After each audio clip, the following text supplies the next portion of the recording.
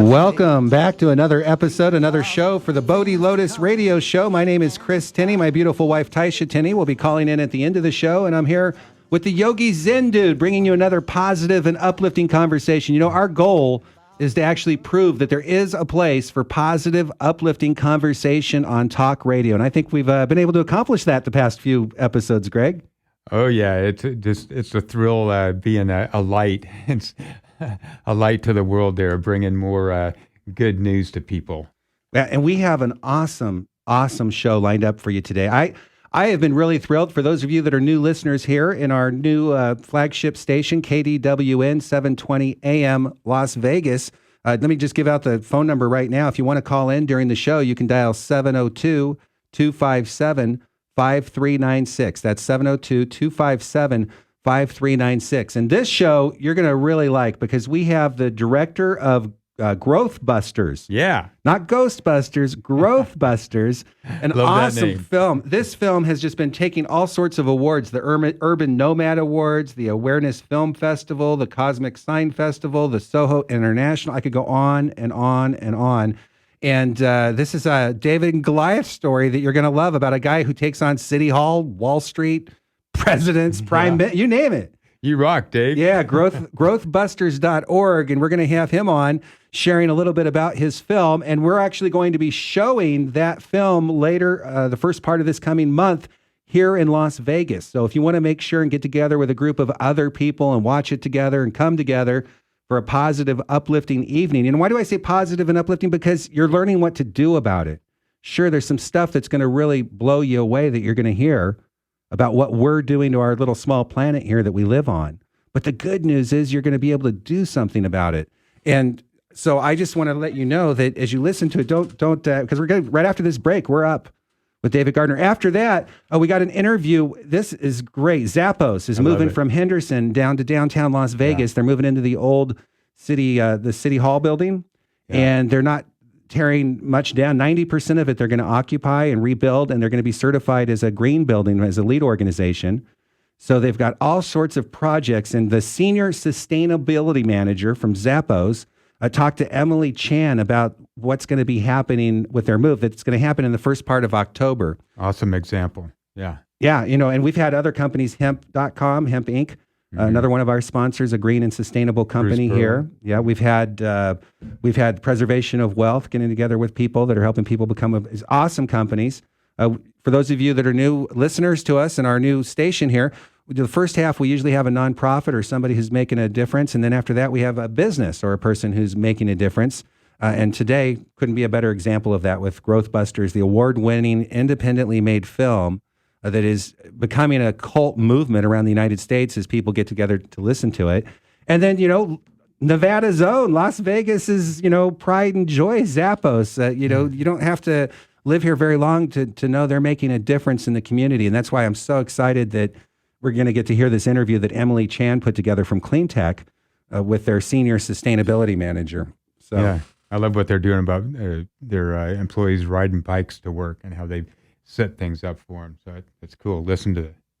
Yeah. And I want to remind you that during any show, remember, this is just 1 hour a week. We don't want it to end here. We want this to give you the boost to help you get through the rest of the week. So make sure that you come visit us. You know, we're hanging out and having conversations all the time at our website, bodhilotus.org. That's Bodhi, B-O-D-H-I, Lotus, L-O-T-U-S, like the lotus flower, .org. And of course, spreadpeace.org. You can go there if you want to take action today, for instance, on growth and helping our environment. The Yogi Zen Dude here has his project. What is it called, Greg? Trash mobs. So instead of a flash mob, you do a trash mob? Yeah. What is that? What's a trash mob? We're getting together and picking up trash. That's awesome. Yeah. Beautifying the community. I didn't Mother Teresa said that don't invite me to a flash mob, but invite me to a trash mob, and I'm there. I heard that. So check out spreadpeace.org. We have that campaign there. There's causes and campaigns. Campaigns are things you can jump into. Causes are things that are designed to educate you and allow you to have a way to get involved. And stay tuned because right after this break, we're going to be talking to David Gardner, the director and filmmaker of the award-winning film Growth Busters. Growth Busters. We'll be right back after this break. something strange in your neighborhood, who you gonna call? Ghostbusters! If there's something weird and it don't look good. Well, that's the appropriate song for this interview. It's the Spread Peace Radio Show. Chris and Taisha, the Yogi Zindu, Greg Lunger, and the director of Growthbusters, David Gardner, on the phone with us. Guys, this is a show that turns everything you thought you knew upside down. It talks about consumption growth. It talks about the population growth, urban growth. There's a lot to cover here. If you haven't been to growthbusters.org or you haven't heard about this film, you have got to go check it out. This is truly a David and Goliath story. And you follow David Gardner as he, shares his own personal story of daring to challenge our growth worshiping system here in America and around the world as he goes from the inside out. A completely different way of looking at it. And David Gardner, thank you so much for joining us today. Are you there? I am. Can you hear me all right? I sure can. Thank you for joining us. I hope it's hard to describe this film because it's so different than anything that's out there, and it tackles such major issues. But I see that you've won all sorts of awards at Soho International, the Cosmic Cinema Festival, the Real Earth Environmental Film. I'm not even going to list them all here because I want to take my time talking to you. But it's receiving lots of accolades. Maybe you could share with us a little bit about what prompted you to make this film. Well, sure, I'd be glad to do that. What really prompted me to make this film was my observation that we were trading in quality of life and environmental safety and health in our pursuit of more every year. And this was something that was happening in my own community at the local level, but it was also something that I observed happening regionally, statewide, nationally, and even around the world. And I'm not that different from most other people, other than maybe a little bit more bold and audacious than some, but I love my kids, I think that's something that unites us all. If you parent a child, you would lay down and die for that child. You want your kids to live a good life. And I became concerned that we were stealing the future from our kids. We were using up our life support system at a rate that was unsustainable, and that meant that we weren't giving the kids of the planet a chance to live as equally good a life as we were living. So I felt like I needed to give the world a wake-up call. Wow, that's exciting. And what was the reaction? I see you're winning awards, but tell us a little bit about what was the reaction when you first set about putting this film together? The reaction's been incredible. I've been invited to the White House. The Wall Street Journal has interviewed me a number of times. At least 6 or 7 people have seen the film. Cue the laughter. Yeah. I got that. Yeah, that's the first time I've tried that line. The truth is, it took me a long time to make the film because it was such a stark contrast to all of the stories that we tell ourselves about what makes the world work. So it was very challenging to raise the money to make the movie. In fact, I never did raise enough money. I had to kind of take an oath of simplicity myself. I had to become a starving artist in order to finish the film, because all of the philanthropists out there, many of them, and a lot of the great nonprofit foundations out there couldn't wrap their heads around this idea that everything we've been led to believe about what makes life good and better next year, turns out that it was wrong. And what do you think the biggest surprises for people that watch this film are going to be, or have been for those? Maybe for those that are listening, in a nutshell, what is it really about, and what are the takeaways that a person might get from watching it? Well, it really is a wake-up call that we live in a culture of growth. And I think the thing that might, surprise some people and at least impact anyone who watches the film is to just discover how much we base our modern society on growth, and how much pro-growth Kool-Aid we're served every day. I mean, we have this culture that believes that we're entitled to have more material wealth next year than this year, and that each generation should live materially better. Certainly, you can't go a day without hearing restore economic growth robust economic growth, get the economy going again, grow the economy, a million times every day. And maybe a little bit less, you also might not notice how often we celebrate population growth.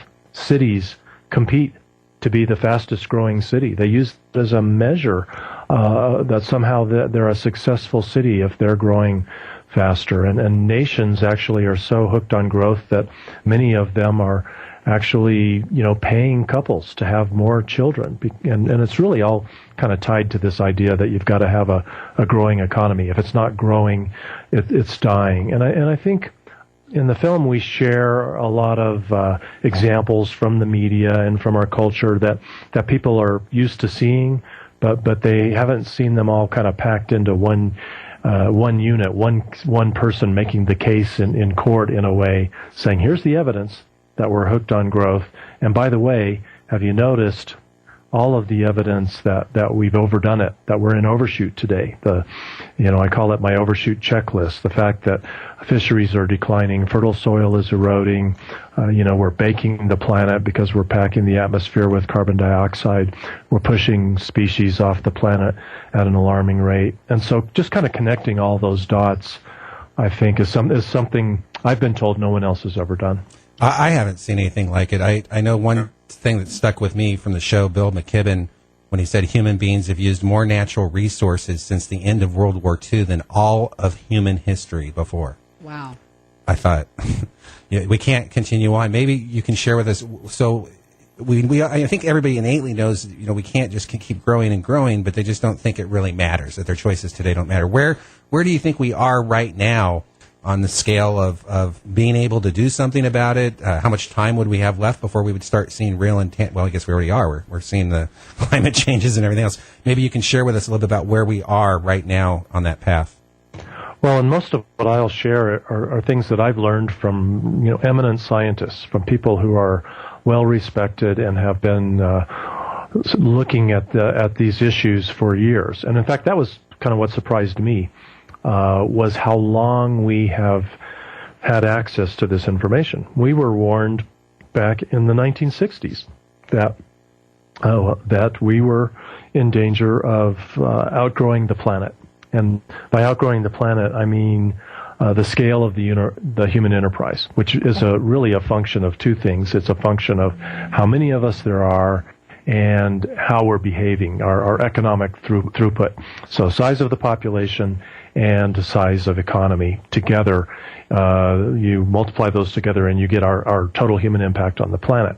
And scientists began warning us about this in the 1960s, and we've ignored that for 50 years, virtually.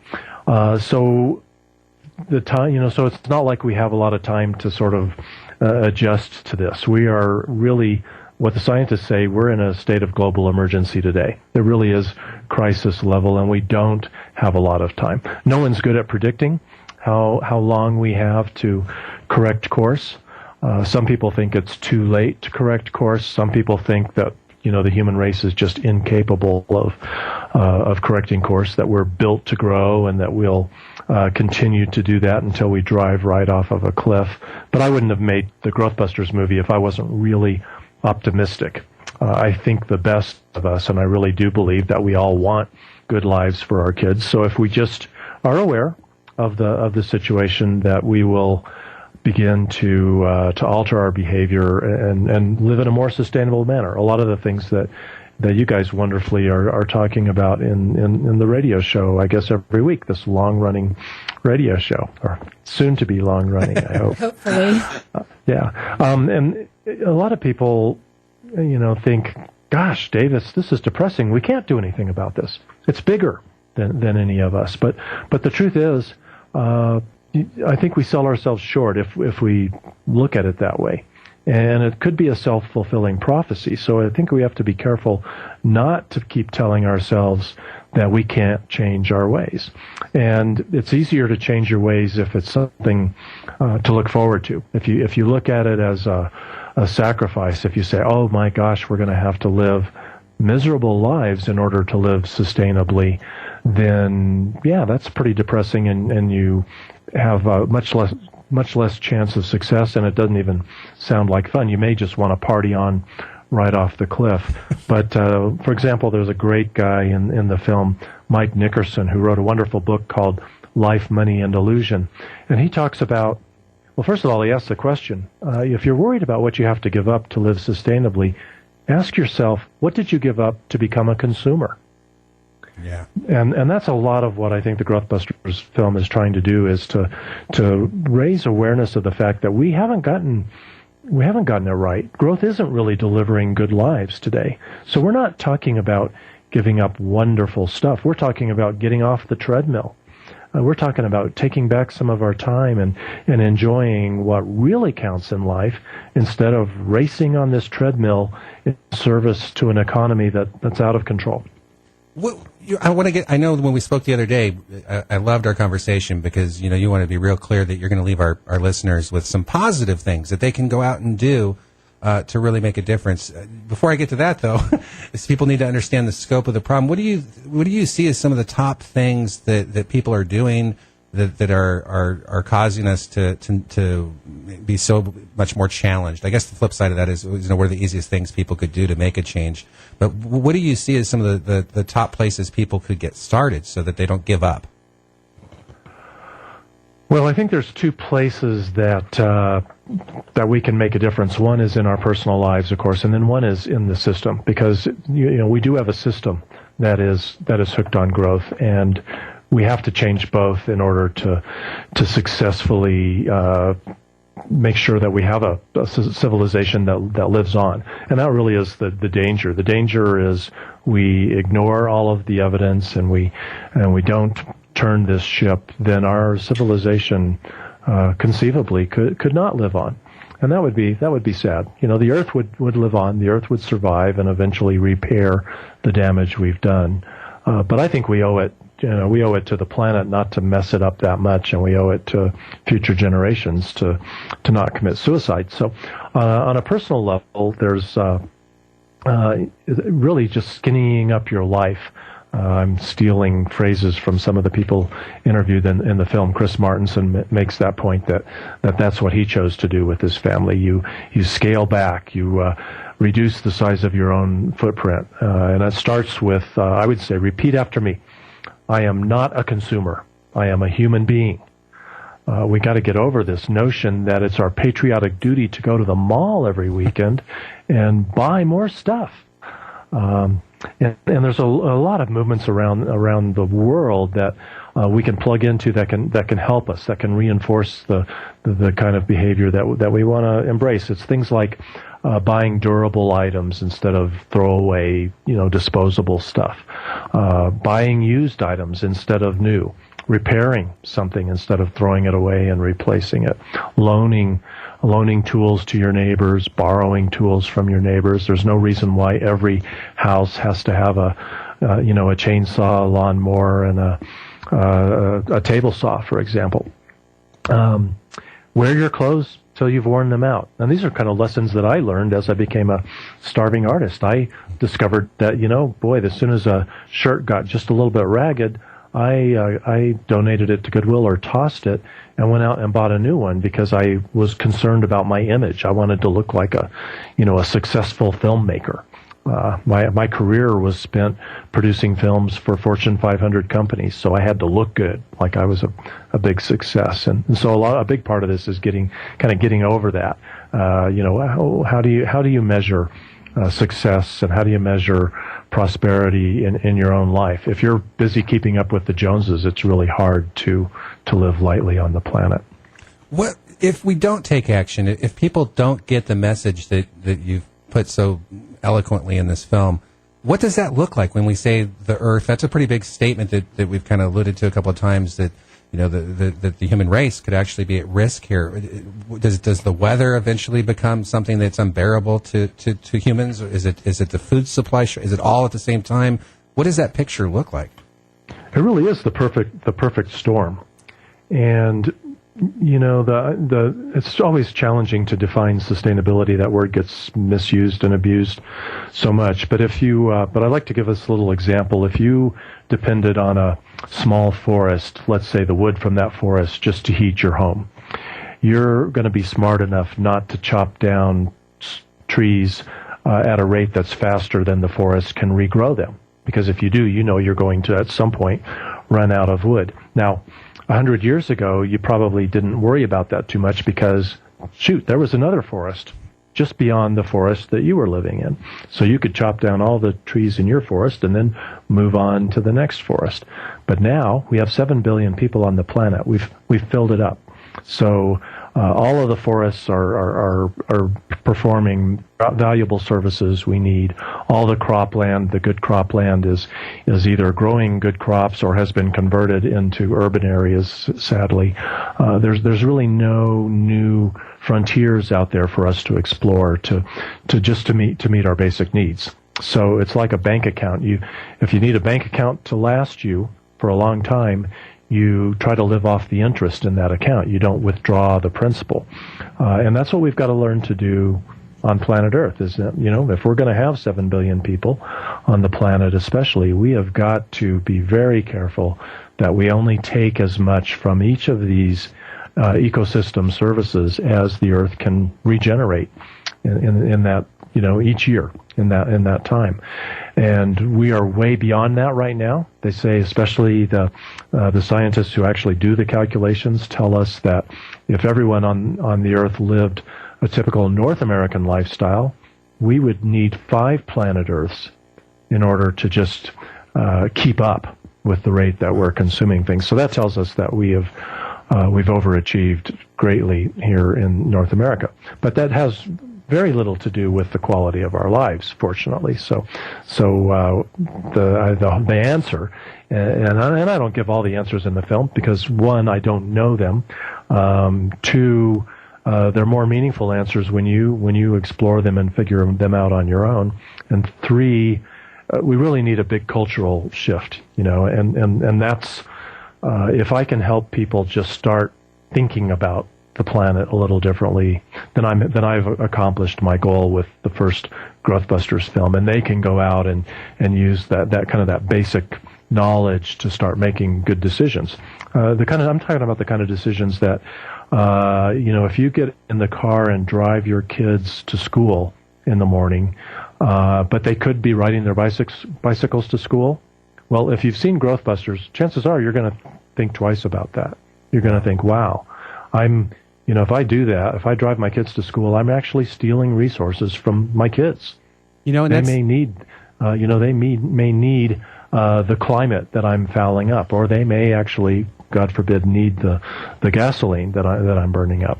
Things like that. Wow. Thank you, David. That was some of the things it brought to mind for me when I watched the show. And I want to let everyone know who's been listening that if you want to learn more about Growthbusters, you can go to growthbusters.org.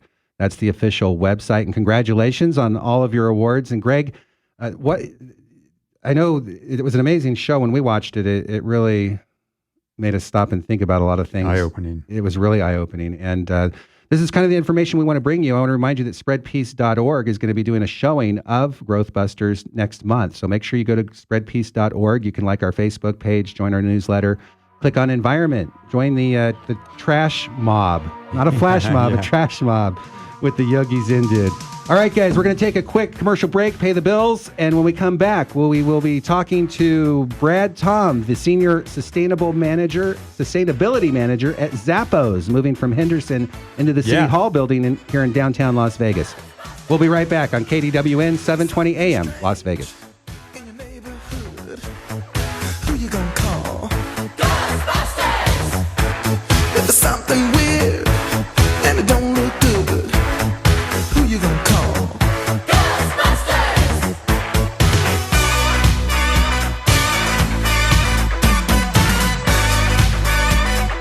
I ain't afraid of no ghosts.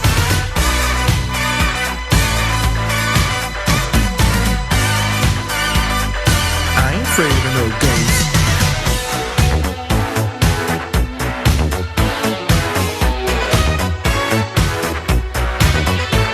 If you're seeing things running through your head,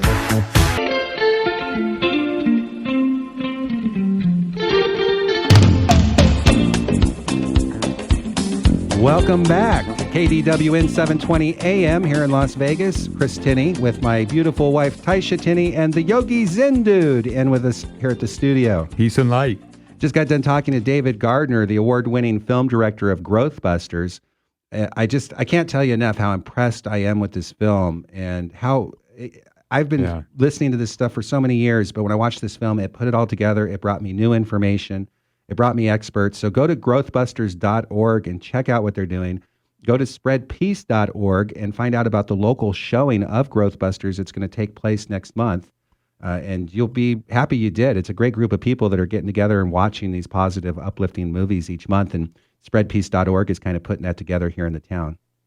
I love what Dave said there about he thinks the best thing he can do is just get people thinking about the earth in a different way there. And I think, that's what this show is all about, too, is just educating people there. I know, let's see, Smart Growth America, too, they're saying, about urban sprawling, that the best thing is education, and so that all the things there are to deal with there so that you can then make wise choices. That's true. Well, and here in Las Vegas, people don't really, that don't live here, don't realize how many people here are conscious and are making a difference. And one of our pride and joys in the business sector is Zappos shoes out of Henderson. And, I think anybody that works there ought to be proud for the work they do in the community and the causes they helped.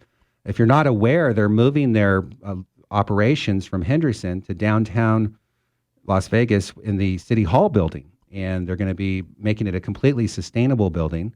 They're rehabilitating the entire building. They're not tearing things down. 90% of it already has a planned use. And they're going to be bringing in a whole lot of solar energy and new things that haven't even been done before. Emily Chan of Clean Tech caught up with the senior sustainability manager, Brad Tomm, and she started out by asking him what he thought about his move from Henderson to downtown Las Vegas. Most excited for? We're really excited about this. So as you know, in October, we're moving the Zappos corporate campus from Henderson, Nevada to downtown Las Vegas. And we're reusing a really awesome building. It's the old City Hall. It's 300,000 square feet, and we're going to reuse about 90% of it. So we're not tearing anything down, and we're not building anything new. So our demolition footprint's going to be very small, the carbon associated with that. And it's a really awesome building. The bones are great. And some of the unique features that I'm excited about is, one, we're pursuing LEED certification, and we haven't really talked about that publicly, but it's the right thing to do, and we made that decision. And so there's going to be a lot of cool initiatives associated with the sustainable building, because we want to build a high-performance campus for our employees. So some of the things I'm really excited about are the urban connectivity, the connectivity to alternative transportation. The bus system is great. We're trying to build, urban density too. We're in walkability to shops, retail, bars, restaurants. So we'll get our employees out about in the community and not build an insular campus where everybody just stays there. We have a parking problem. We're not going to build any new parking. So we have about 950 parking spots for 1,500 employees. And by December, we'll have 2,000 employees.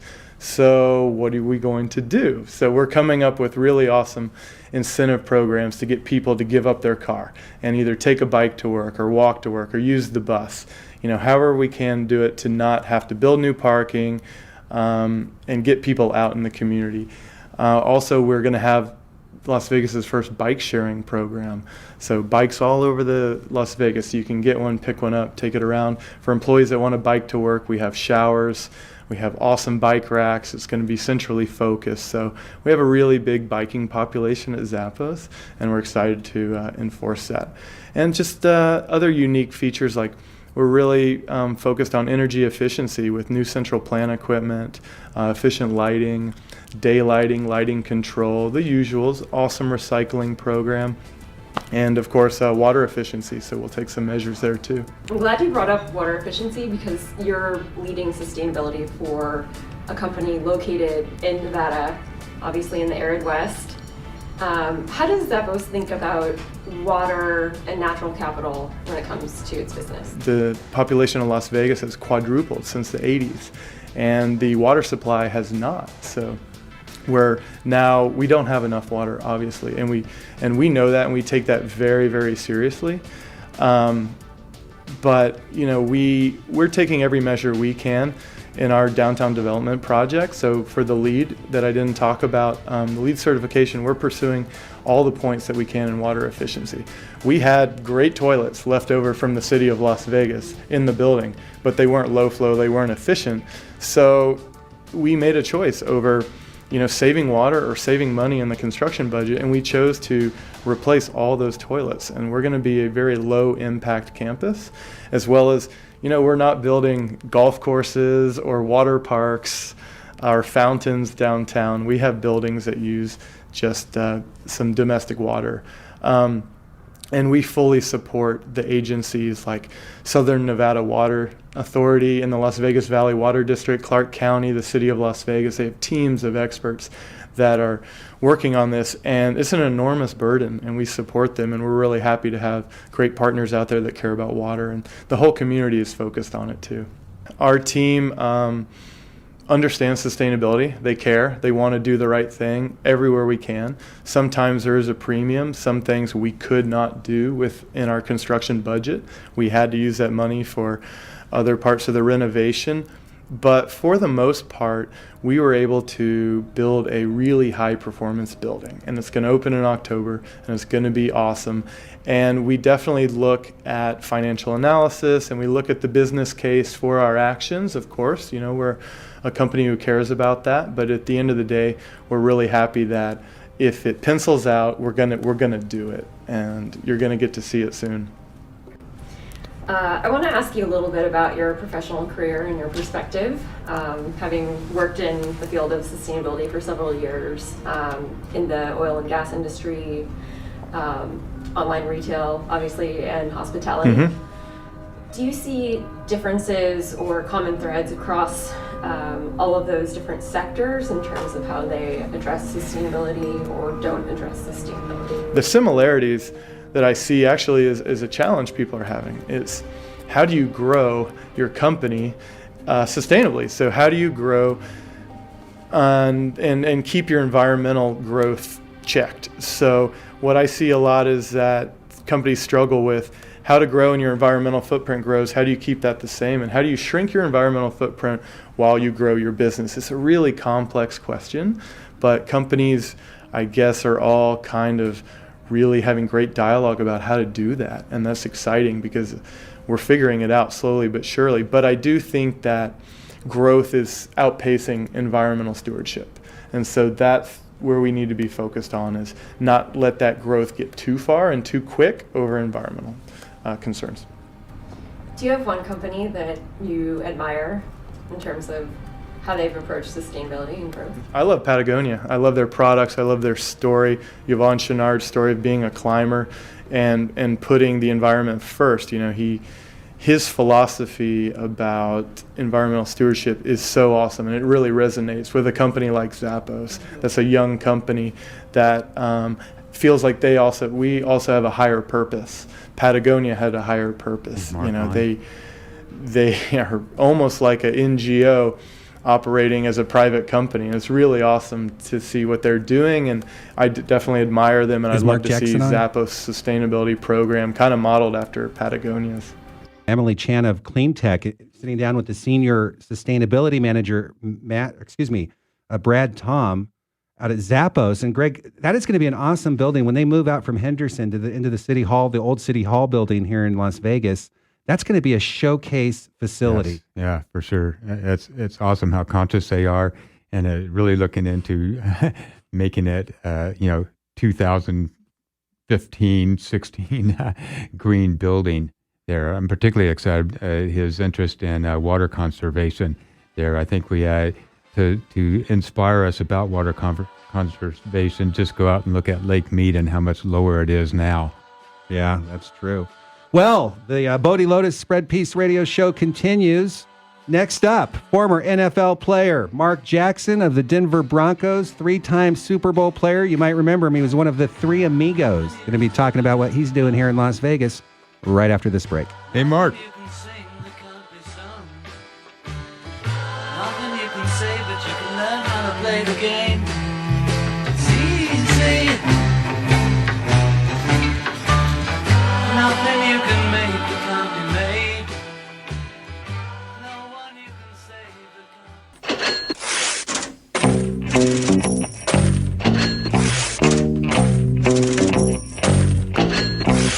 Welcome back to the Bodhi Lotus Radio Show. Chris Tinney here with my beautiful wife Taisha Tinney and the Yogi Zen Dude, broadcasting with 50,000 watts of power from KDWN 720 here in Las Vegas. And Greg, we get callers from Los Angeles and Reno and all over the place. So welcome wherever you're listening to. Maybe you're listening online. You can always go to our website to listen to this show or any of the others. Bodhi Lotus, that's Bodhi like the Bodhi tree, Bodhi. Lotus, like the lotus flower, Lotus, bodhilotus.org. And of course, spreadpeace.org if you want to attend the viewing of Growth Busters, the movie that we just interviewed the director at the beginning of the show.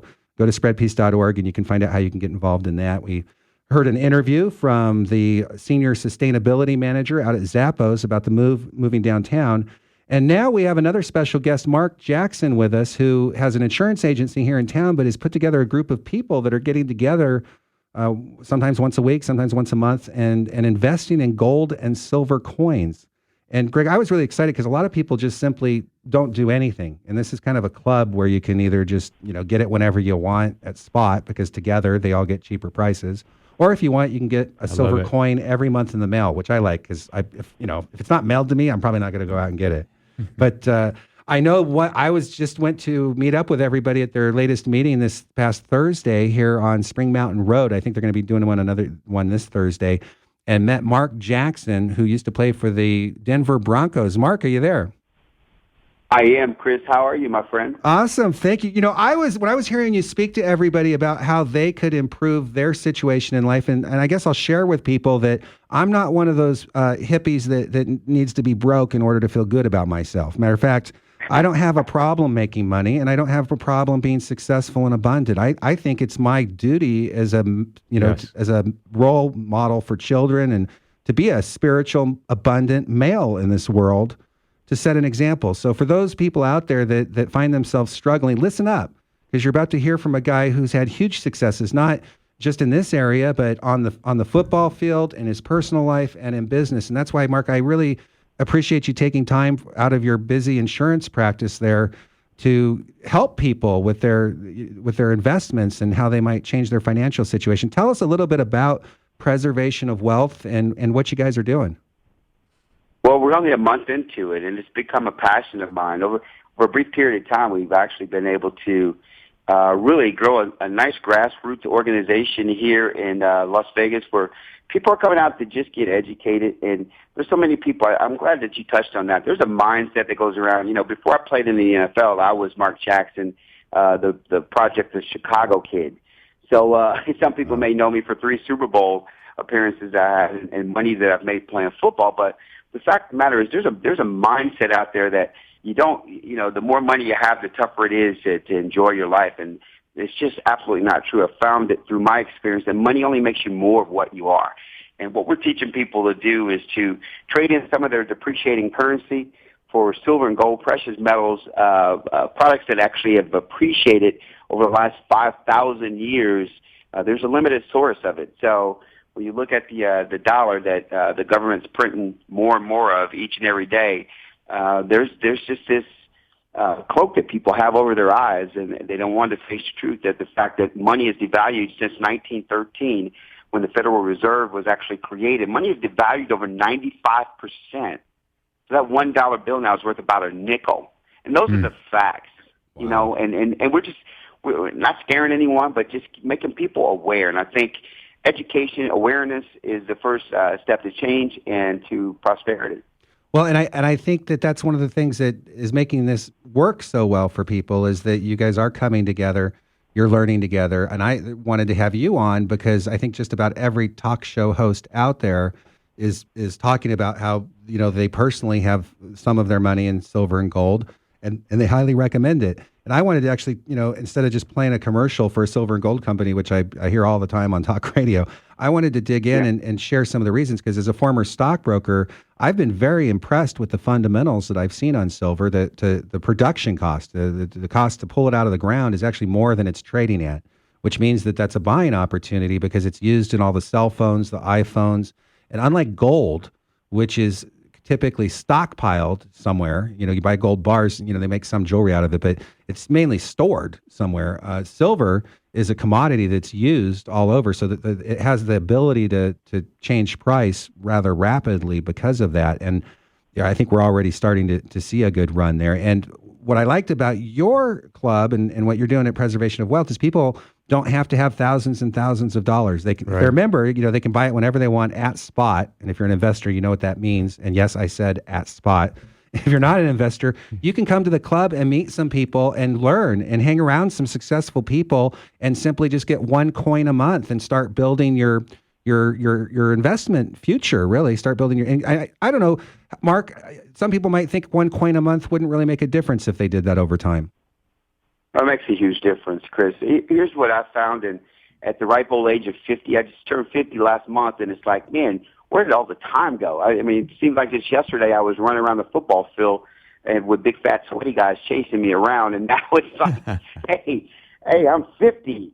And what you'll find is there's a book written by Jeff Olson called The Slight Edge. There's a book written by not Keith Harding, the publisher of Success Magazine, Darren Hardy, called The Compound Effect. What you'll find is it's just small things that we do in life on a daily basis that actually compound over time to create the success or the failures that we have in life. And unfortunately, for too many people in the United States, the land of opportunity, for too many people, by the time they reach the golden years, the 65 and above, and they feel like they can retire, they're retiring at poverty level or below.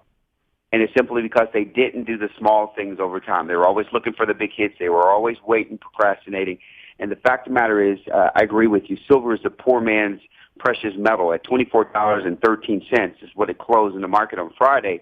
Here's an excellent opportunity for anybody to enter the market, to actually begin to buy something, unlike the iPad or the new pair of tennis shoes or, you know, the vacation or the night out on the town. Here's something to buy. Here's a chance to buy something that's actually going to appreciate and value.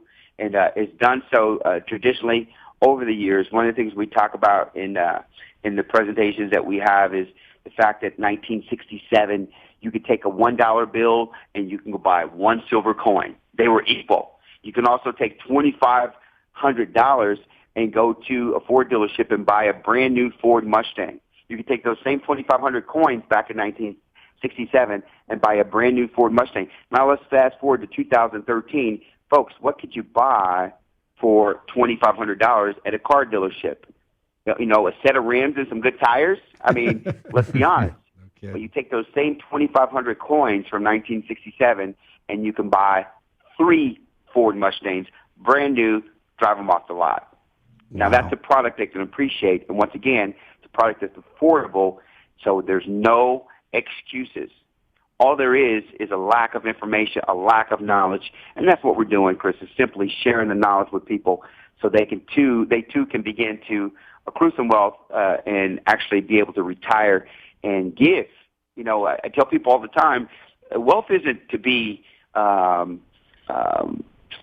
what's the word I'm looking for? It's not really for you to hold on to. It's not for you to keep only for yourself. You know, one of the things that I listen to your show a lot, and the people that are on your show are all people that have giving hearts, whether it's, you know, the Bruce Perlin ones of the world or the refuges that you guys talk to, the animal sanctuary. These are people that are giving back, not looking to make a buck. And the fact of the matter is, it's the same thing with wealth. Once you accrue wealth, the key is to give, and there is a universal law that give and it should be given unto you. So the more you give, the more you receive, and we're just teaching people how to begin to really accrue some wealth. The problem is most people never accrue any wealth, so they can't give. They always feel like they're working from lack as opposed to from abundance.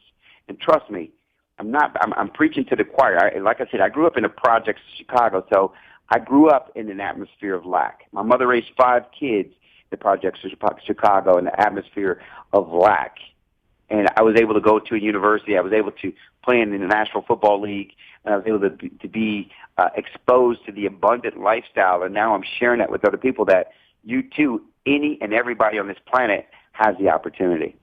Mark, that is so awesome. I want to make sure we get this information out to everybody. SilverDirectSecrets.com. If you go there, SilverDirectSecrets.com, it'll take you to the Facebook page where you can sign up for the event this coming Thursday and hear Mark speak directly. And it's a powerful speech. I wish we had more time to speak to you, Mark, but thank you so much for jumping on. What's the location of this meeting? Do you have that handy? Yeah, it's 5115 Spring Mountain Road. That's just one block west of Decatur on Spring Mountain. All right, great. We'll post that on our spreadpeace.org website and on our Bodhi Lotus radio show website so people can link to that as well. And real quick, I'm running against the clock, but I want to shout out for your insurance agency because it's business people like you that step out from what they're doing in the world to do other things to help others like this. So where's your insurance agency located? What's the name for those locals here that want to come by and get their insurance from one of the three amigos? Jackson Chaparro, and yes, yo habla español. We're located just one block east of Eastern on Flamingo, 2585 Flamingo Road. You can't miss it. All right. Thank you so much, Mark, for being with us. Thank you, Mark. You're awesome. And if you're going to buy your insurance, buy it from a guy like that. That's helping the community and is doing something. And then by all means, come by and learn how you can better your own life with the meetings that he's doing and taking time out of his evenings. And Taisha is on the phone with us and has been throughout the show, as you've heard her. Taisha, what a great show we've had. Oh, wow. What an awesome show, y'all.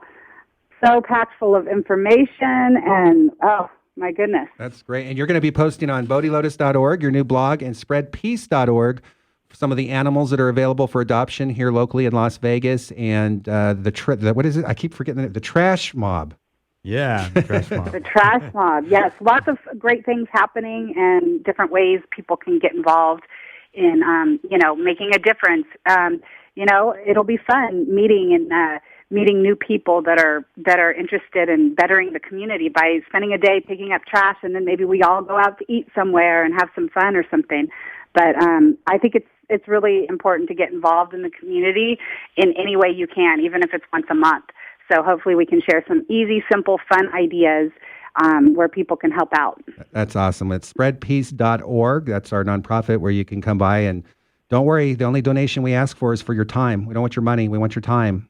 We want you to go do something. So even an hour a month. That's why we always say, who can you help today? We hope to inspire. That's right. And the Yogi Zen Dude, you can go to yogizendude.com and check out his page. And of course, bodhilotus.org. That's the online community where we all get together after the show and throughout the week, and it connects up to all our Facebook pages and everything. Because like I said, we want this to be the boost that gets you through the rest of the week, and we want you to be part of helping us prove that there is a place on talk radio for positive, uplifting conversation like this. And I also want to give a big shout out to hemp.com, Hemp Inc., the first publicly traded all hemp company.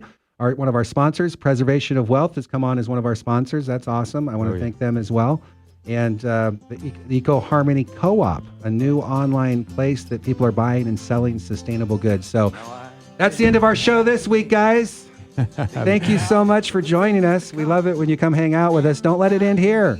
Go to bodhilotus.org or spreadpeace.org and hook up with us. Join us on Facebook. Yes, we want to be your friend. We're not going to stalk you, but we'd like you to stop by. Yeah, share us on Facebook and Google+. Don't forget to ask yourself, who can you help today? Namaste. Out on the edge of darkness, there rides a peace train. Oh, peace train, take this country.